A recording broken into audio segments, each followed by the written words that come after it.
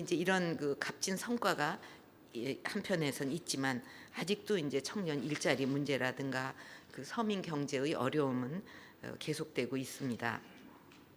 특히 그 중국을 비롯한 그 세계 경제가 다 이렇게 침체되고 교육이 부진하기 때문에 또 앞으로의 그 경제 여건도 이제 불확실하고 이렇기 때문에 참 우리만 겪는 것이 아닌데 어떻게든지 우리가 이것을 뚫고 나가야 됩니다.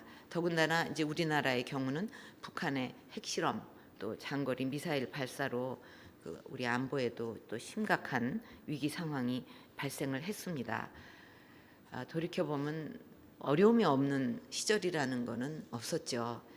그런데 그 어려움을 항상 그 새로운 도약의 발판으로 마련해 온 것이 또 우리나라의 특징입니다. 그렇기 때문에 또 그 중심에는 우리 공무원 여러분이 있고 이런 때일수록 단단히 우리가 그 중심을 잡고 어려운 여건을 어떤 새로운 도약과 변화의 발판으로 이렇게 만드는 그런 지혜와 용기를 발휘해야 하겠습니다.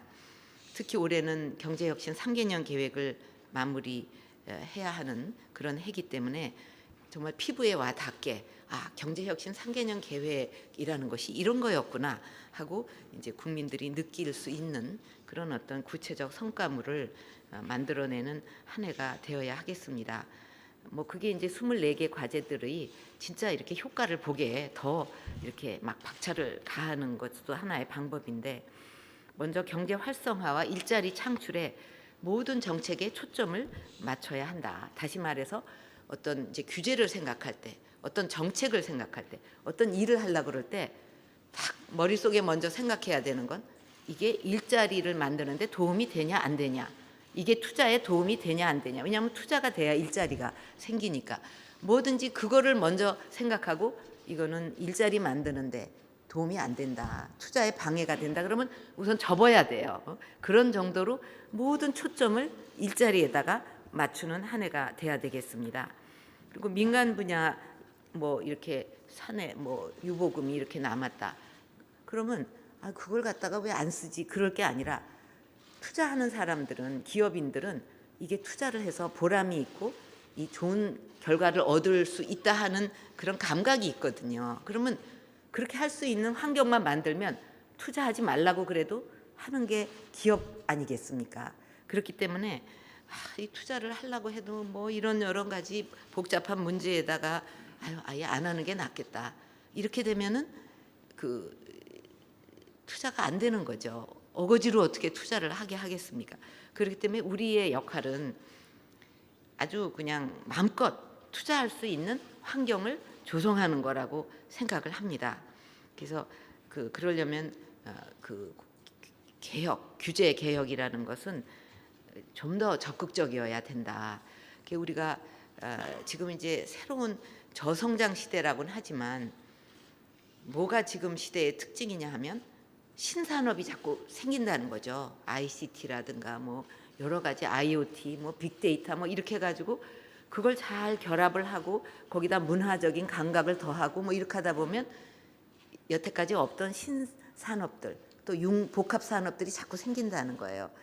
그것이 대한민국에는 기회라고 생각합니다. 왜냐하면 석탄이 없어도 또 그 석유가 없어도 우리가 ICT라는 어떤 기반이 강점이 있고 또 창의적인 인재들이 있고 또 그렇게 다 깔지 않았습니까? 네트워킹 할 수 있는 그 창조 센터도 다 만들고 또 한류라는 그 어떤 문화적인 강점도 있고, 그렇다면 그거를 그냥 따로따로 있는 게 아니라 잘 엮어서 또 그 문화인들이나 기업인들이 그걸 잘 마음껏 엮을 수 있게 이렇게 우리가 잘 분위기나 환경을 만들어 주면 그걸 통해서 융복합 산업이 막 일어나고 이렇게 되면은 저성장 시대를 우리는 극복할 수가 있다고 생각을 합니다. 그래서 우리가 어떻게 하느냐에 달려 있고, 또 올해 도입되는 그 지역별 규제 프리존 이것도 빠르게 자리를 잡아서 각 지역에 2개씩 이렇게 다 있지 않습니까? 세종시는 하나고. 그러면은 그 27개 지역 전략 산업이 꼽힐 수 있도록 그래서 이 융복합 신산업 분야의 그 변화에 우리가 그 속도로 뒤지지 않도록 네거티브 사후 규제 방식 도입하는데 아주 획기적인 한 해가 되어야 할 거라고 생각을 합니다. 이제 네거티브 사후 규제라는 건 옛날부터 그렇게 가야 되지 않냐 하고 생각을 많이 했지만 이제는 그렇게 안 해갖고는 안 된다. 새로운 시장에서 뭐를 원하는지, 이 신융복합 산업이 어떤 시장을 만들어낼지 그걸 어떻게 다 예측을 할 수 있겠습니까? 그러니까 먼저 할 수 있게 다 풀어주고 그다음에 이제 봐가면서 이거는 이런 인증이 필요하다든지 이거는 꼭 규제가 필요하다든지 그런 그게 있으면 그렇게 해야지, 그렇지 않고는 그냥 따져가지고 이제 이거는 이렇게 해도 되고 저렇게 해도 되고 할 때는 이미 다른 나라나 그런 데서 다 시장 선점이 되고 이미 그거는 또 구식이 돼버려요. 그러면 우리는 맨날 뒤따라가면서 아무것도 못하고 창의적인 아이디어를 낸 사람도 그냥 주저앉게 되고 많은 그런 시대이기 때문에 이제는 네거티브 사후 규제 방식이라는 것이 필수가 됐다 이렇게 생각을 합니다. 그래서 절대로 규제의 발목이 잡혀서 좋은 대박을 터뜨릴 수 있는 그런 사업들이 나가지 못하게 하는 일은 우리나라에서는 있어서는 안 된다고 생각을 합니다. 그래서 성장에 장애가 되는 규제들은 하나도 남겨놓지 않겠다.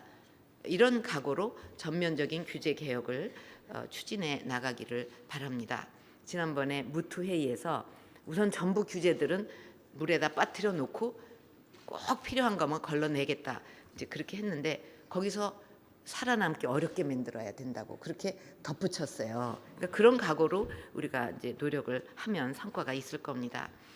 아울러서 이제 창조 경제가 우리 산업 전반에 자리를 잡고 또 문화 융성을 통해서 새로운 성장 동력을 만들어낼 수 있도록 정부가 길을 이렇게 앞장서서 열어주면서 적극적인 지원을 해 나가야 하겠습니다.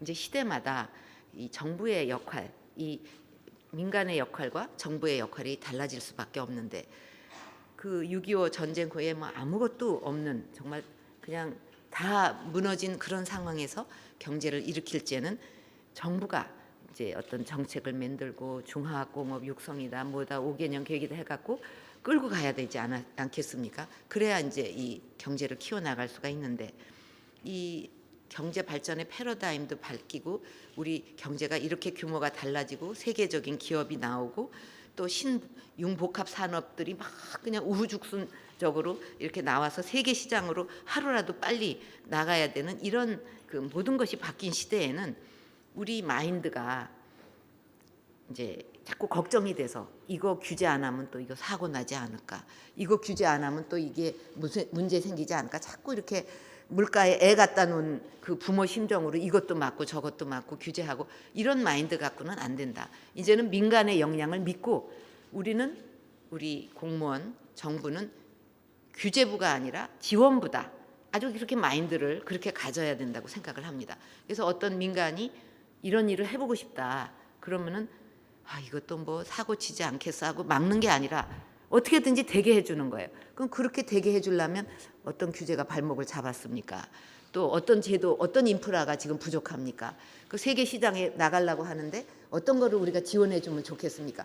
아예 물어보고 적극적으로 지원을 해서 그 기업이 또 그 민간인이 그냥 마음껏 나갈 수 있게 도와주는 거죠. 그런 마인드로 우리가 갖고 있을 때 민간들도 신이 날 겁니다. 그리고 한국에서 한번 투자해서 해보자. 우리 공무원들이 이렇게 우리를 도와주고 우리가 발목 잡히지 않게 여러 가지 지원을 해준다는데 용기가 생기지 않겠어요. 그래서 그 마음 속에서 이제 이걸 어떻게든지 좀 막아야지, 잘못하면 일 터질 거야 이렇게 생각을 하고 그 민간인을 대하면 그게 다 느껴져요. 그래서 거기서 민간도 쪼그라들 수밖에 없어요. 근데 우리 이 공무원 여러분들이 어떻게든지 내가 도와주겠다. 그래서 이 일을 성사시키겠다. 하나라도 더 기업이 발전하고 더 하나라도 더 한 명이라도 고용할 수 있게, 더 해외로 나갈 수 있게 도와주려는 마음으로 이렇게 대할 때 민간인들도 우리 전부 용기를 내서 이것도 도와주세요. 이것도 어떻게 해주세요. 그럼 거기서 서로 의논을 해가면서 키워주고, 그래서 그런 그 일로다가 우리 공무원 여러분들이 국가 발전에, 경제 발전에, 일자리 창출에 기여한 걸로 평가를 받고 이런 나라를 만들겠다는 거거든요. 그래서 오늘 이 세미나를 계기로 해서 여러분들도 그렇게 전부 지금 뭐 마음을 잡숫고 계시겠지만 이제는 우리 민간을 지원하는 게 우리의 역할이다. 이렇게 한번 그 마음을 다시 한번 다지시면 좋겠습니다. 그래서 신산업 분야에서 더 많은 창업과 사업화가 이루어지고 콘텐츠 산업 활성화로 융복합의 새로운 미래가 열려야 되겠습니다. 이제 이 4대 구조 개혁을 성공적으로 마무리하는 것도 올해 우리가 반드시 완수해 내야 하는 건데, 창조 경제, 이거 신산업 다 좋은데 이 노동, 교육, 금융, 공공 이 부분에서 정말 합리적인 그런 규제 개혁이 이루어져야만 그 바탕 위에서 창조 경제가 꼽힐 수가 있거든요. 그렇기 때문에 이 4대 구조 개혁은 중요합니다. 지난 이제 하반기 그 이후에 전체적으로는 고용 여건이 개선되고 있는데도 청년 실업자가 41만 명에 이르면서 이제 청년 실업이 심각해지고 있고, 그래서 이 문제를 해결하려면 노동 개혁의 속도를 더 낼 수밖에 없습니다. 이 4대 개혁에 우리나라의 미래가 달려 있다, 이런 각오로 하여튼 국회 입법 또 조속한 현장 정착에 모든 힘을 쏟아 주시기를 바랍니다. 그다음에 공공기관 그 성과 연봉제 도입을 비롯해서 공공개혁 과제와 또 크라우드 펀딩, 또 개인 종합자산 관리 계좌 같은 금융 개혁 과제들, 또 자유 학기제 전면 실시와 같은 교육 개혁, 이런 것도 다 성공적으로 정착될 수 있도록 부단한 노력을 펼쳐가야 하겠습니다. 이렇게 각 분야에 전부 다 이 패러다임이 바뀌고 새로운 방식으로 접근을 하기 때문에 어떻게 보면 여러분들이 이 새 역사를 지금 만들고 있다고 해도 과언이 아니라고 생각합니다. 그래서 나중에 여러분들이 이제 다 그 나이가 들어서 손자들 앉혀놓고 얘기할 때 그 당시에 그 내가 이런 일을 해내서 지금 오늘의 한국이 이렇게 된 거다 하고 얘기를 해주셔야 되지 않겠습니까? 지금 그렇게 다 바뀌고 있는 데거든요.